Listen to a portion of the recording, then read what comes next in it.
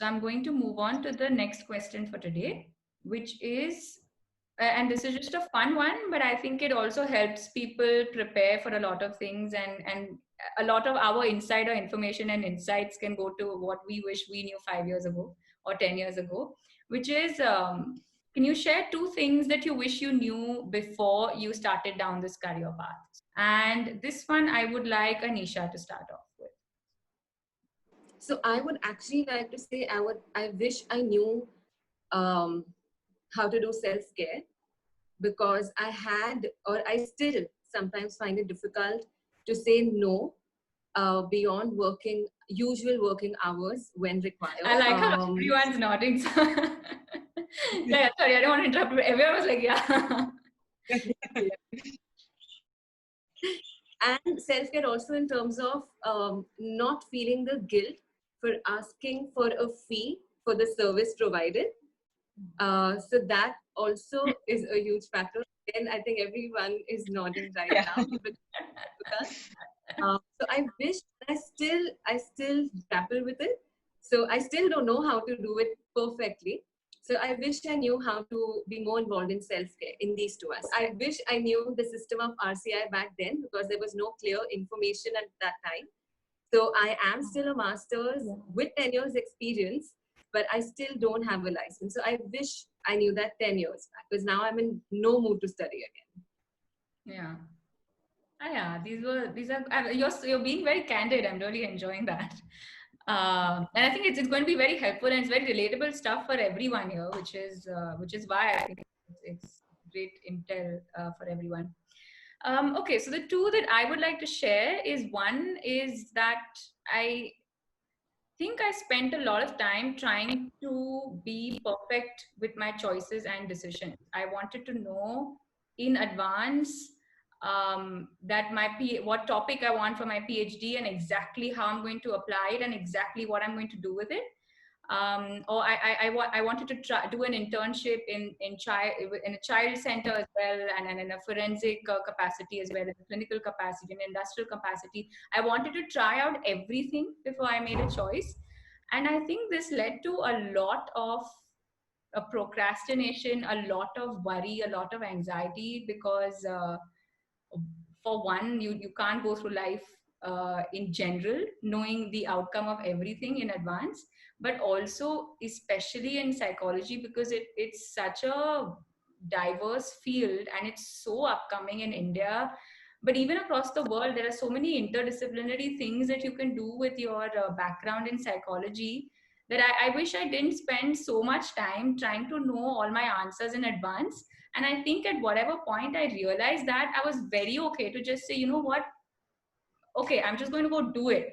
At worst, it's going to be a bad thing, but I'm going to learn something out of it. So it's never going to be a mistake. So that's one thing I wish I knew, to just to let myself go, and be okay with exploring a little bit without trying to know everything.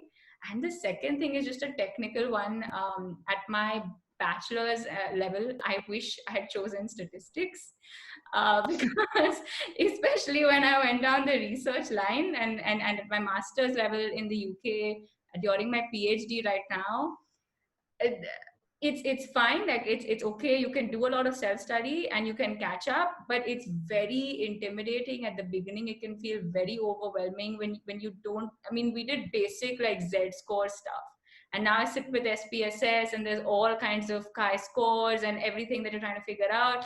And I just wish if I'd done it back then, this would not feel so intimidating, especially at my master's level. So these are two things that I'd like to share. Okay, Sally, could you go next? Yeah, I think I share one of those with Anisha regarding the RCI licensing, because like I have invested almost like 8 years of my work abroad, and I've been in the field. I've done a lot of research with clinical populations adhering to the systems there. However, I chose to come back and work in India, and now if I have to work as a clinical psychologist, I need a registered license, and the licensing process is very tricky. The RCI website or the contact persons given on the website are not as reachable. you are not, so there's no information available of how people who are qualified with some work ex, of course. I wouldn't say like getting a master's degree from abroad and coming back you won't get, because of course there are guidelines put by the RCI, which I agree. But after getting a PhD, there has to be some kind of an equivalence where you can register yourself on the basis of your experience. So that is one.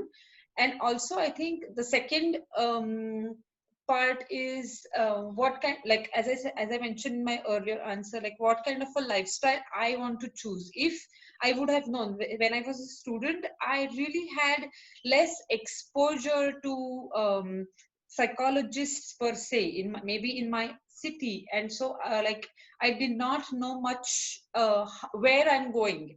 So I think while I was going, I was learning. But if I would have known some more of what I should expect from my own journey, it would have been helpful. So like exposure to psychiatrists was still fine, but psychologists per se, what kind of a life and what kind of a journey a psychologist have, like that was really like I did not get to interact much with any in for myself. So that was my own experience.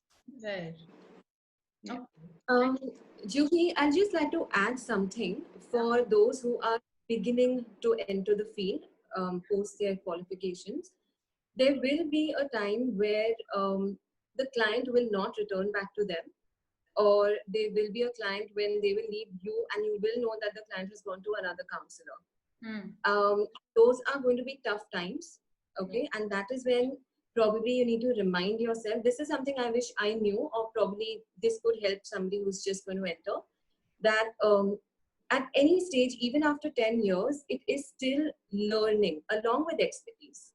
Okay, so these things are going to happen. And it's important that you remind yourself that you are doing your best to support the client through the issues. And you may not be doing a perfect job with each client. Yeah. Yeah. So I want them to know that. Ankita, what are yours? So before this, like I had some different answer to this, but now I think there are two actual things that I would have to know. One is the law. We should be acquainted with the laws of the land. Like we are going to come into crossroads with a lot of laws, medical legal problems, rights. Now there are the Mental Health Care Act, and we need to know how to read law. We need to know what is our interaction with the law and what is our responsibility with the law. And there are various laws that we are going to come in touch with throughout our career. And we would want to avoid it as much as possible, the medical legal conflicts, but we never know. Yeah. And we can't deny help to a patient just because there is some legal action involved. Yeah. And the fear is justified because we are not acquainted with the law. Yeah. And the second thing, as we all highlighted some aspect of self-care, I think the concept of therapy for therapists is extremely important, because that is where self-care and self-growth and all of our self-development is also rooted. And I wouldn't mind if people started as early as possible, not for issues, but just as an experience as well. Yeah. Those are the two things. These are wonderful answers. I think for all of us together, we've covered some very, and I noticed again that everyone was in agreement with what we were all saying. So they're very relatable things on the journey to becoming a psychologist as well. I'm also curious to know what the students who watch this and then 10 years or 20 years later make a video, then what other learnings they will come up with. But yeah,